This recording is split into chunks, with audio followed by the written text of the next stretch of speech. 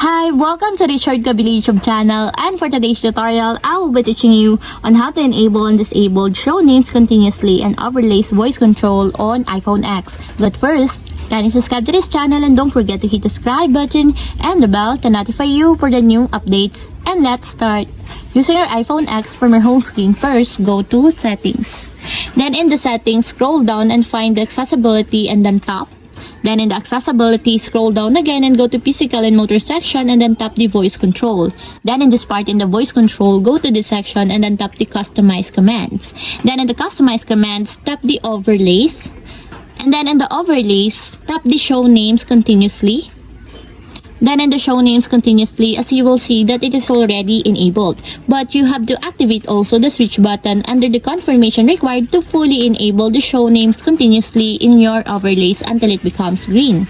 And if you want to disable or turn off, just tap again the switch button just like this. And that's it, we have successfully enabled and disabled show names continuously and overlays voice control on iPhone X. If you have a question, kindly comment down below and don't forget to hit the subscribe button and the bell to notify you for the new updates. And thank you for watching!